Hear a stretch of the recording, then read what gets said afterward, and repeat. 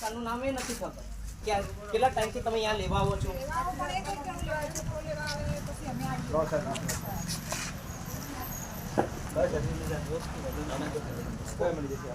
લો આપણે પહેલા એન્ટ્રી બતાવો ચાલો.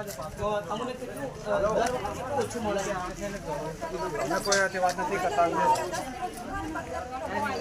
આજે તમને ઓછું મળ્યું? આજે ઓછું મળ્યું? કેટલું ઓછું મળે? કેટલા મહિનાથી બેન તમને ઓછું મળ્યું? કેટલું ઓછું મળ્યું?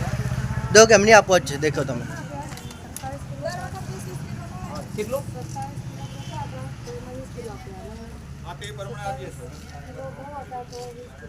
બેન તમને ઓછું મળ્યું એટલે તમને હાલતા નથી પૂરેપૂરું હે ને? એટલે પૂરેપૂરું તમારે મળવા પાત્ર જતો હોય એમાં મળતું જ નથી તમને હે ને?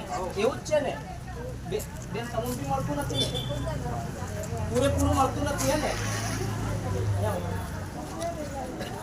કાકા તમને ઓછું મળ્યું છે? તમને ઓછું મળ્યું છે બરાબર. 2.5 કિલો ઘઉંમાં ઓછું મળ્યું, 5 કિલો ઓછું મળ્યું, ટોટલ 5 કિલો ચોખામાં 2.5 કિલો, પછી તમારે ખાંડમાં ઓછું મળ્યું. તો તમને પૂરેપૂરું મળવા જોઈએ કે સરકાર દ્વારા તમને આપવામાં આવે છે અમે તમને પૂરેપૂરો જથ્થો મળવા જોઈએ કે પછી કેવું છે? ઓછું મળવા જોઈએ? તમને સ્લીપમાં તો પૂરેપૂરું બતાવ્યું બરાબર. પૂરેપૂરું મળવા જોઈએ ને? 10 કિલો કરીને આપે, બધું ઓછું ઓછું જ આપે છે ને? એટલે દર વખત જ ઓછું આપે છે ને?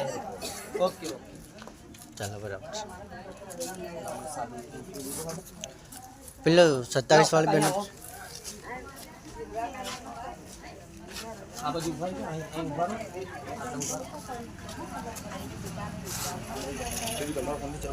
શું નામ તમારું? શું નામ?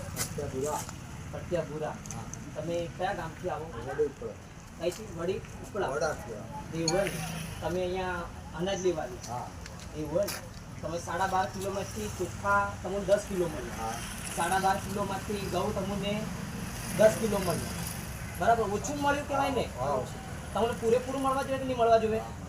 પૂરેપૂરું મળવા જોઈએ ને? હે ને? તમારું શું કહેવું છે? પૂરેપૂરું મળવા જોઈએ પછી ઓછું મળવા જોઈએ? તમારું બેનો પૂરેપૂરું મળવા જોઈએ ઓછું મળવા જોઈએ? પૂરેપૂરું તમે જથ્થો મળવા જોઈએ ને?